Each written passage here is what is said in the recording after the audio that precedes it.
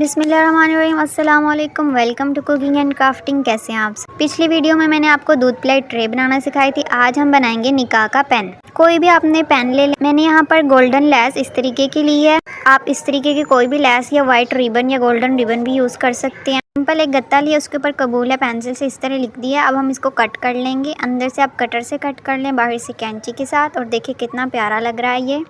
Video पसंद आए तो जल्दी से लाइक कर दें, चैनल को सब्सक्राइब कर दें। अब हम इस लिखे हुए के ऊपर गोल्डन पेंट कर देंगे और हमारा कबूल है बिल्कुल रेडी हो चुका है। पिछली वीडियो में मैंने वाइट बीड्स के ऊपर गोल्डन पेंट करके उनको गोल्डन बीड्स बनाया था।